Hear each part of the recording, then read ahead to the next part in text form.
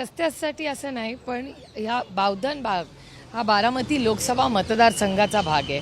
इथले नागरिक यांची लोकप्रतिनिधी मी आहे आणि इथले नागरिक जर रस्त्यावर उतरत असतील तर माझं कर्तव्य आहे त्यांना साथ देणं, त्यांच्याबरोबर येणं. आम्ही PMRDAचे सातत्याने मुद्दे येत आहेत आणि खरं तर आम्ही आमच्या लेवलला प्रयत्न करत होतो की PMRDAच्या माध्यमातून हे प्रश्न सुटावे. मग कलेक्टर ऑफिस असेल, PMC ऑफिस. पण एक अनुभव आमचा सातत्याने असं येतोय, म्हणजे दुर्दैव आहे, मी काय कुणाच्या वैयक्तिक टीका करू इच्छित नाहीत, पण PMRDAमध्ये मग आमचा नवीन येणारा रिंग रोड असू दे किंवा मध्ये ज्या पद्धतीने ज्या वेगाने आता तो सगळा डेव्हलपमेंट प्लॅन कॅन्सल केलेला आहे, त्यामुळे PMRDAने ज्या इफिशियंटली काम केलं पाहिजे तसं होत नाही आहे. आणि आम्ही आमच्या लेवलला की बाकी कोणाला त्रास देत बसायला नको, आपण आपलं स्वतः फॉलोअप करू. म्हणून ज्येष्ठ नागरिक खरं तर या मोर्चामध्ये सहभागी झाले. आपण जर पाहिलं तर त्यांना देखील आम्ही सगळे एकत्र फक्त अतिशय शांततेच्या मार्गाने इथले सगळे, आणि हा कुठला पक्षाचा नाही आहे बाबा, हे स्थानिक लोक आहेत बावधनचे जे अतिशय हतबल झालेत. आता बुधवारी मी पुन्हा वेळ मागितलेली आहे PMRDAशी, आणि जर PMRDAकडून आमचे प्रश्न सुटले नाहीत तर पुण्याच्या पालकमंत्र्यांपर्यंत आम्हाला हे दुर्दैवाने रेज करावं लागेल. कारण का PMRDAची जेवढी एफिशियन्सी पाहिजे ती सातत्याने आम्हाला ती अपेक्षे इतका त्यांचा परफॉर्मन्स दिसत नाही आहे. पश्चिम पुणे म्हणून जेव्हा आपण बघितलं तर बाणेर बावधन हा विस्तारित भाग म्हणून ओळखला जातो. आपण जर पाहिलं तर अनेक उंच उंच इमारती आहेत, पण बेसिक फॅसिलिटीज कुठेतरी या भागातल्या मागे अपुऱ्या पडतात. हो, अर्थातच, म्हणजे data speaks for it self ना, त्याच्यामुळे डोळ्यालाच दिसतंय, त्याच्यामुळे मला काय वेगळं सांगायची गरजच नाही आहे. आमची एवढीच अपेक्षा आहे, तुम्ही एवढा टॅक्स गोळा करता आणि PMRDAकडे पैसे आहेत, असं नाही की PMRDAकडे पैसे नाहीत, पण एवढे पैसे असताना बेसिक ॲम्युनिटीज द्यायला अडचण काय, आणि लोक टॅक्स खुशी भरत आहेत. असं कोणी म्हणत नाही आहे की आम्ही टॅक्स भरणार नाही किंवा काहीच नाही.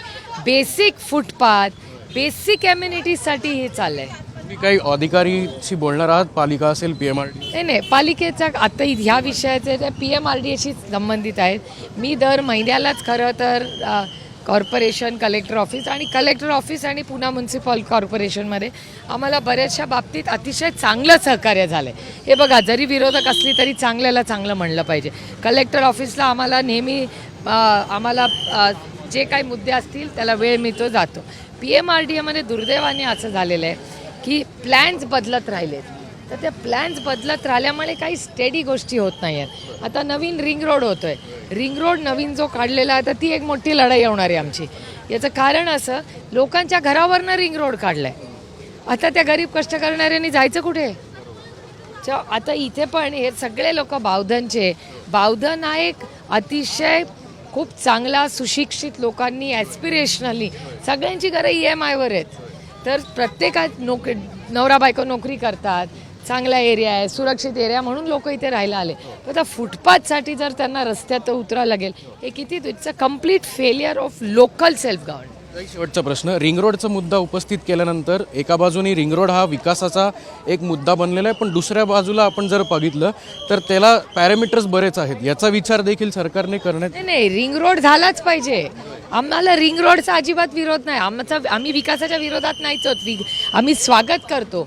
आम्ही फक्त PMRDAला म्हणतोय की तो 200 मीटर आतण्या, दॅट्स ऑल.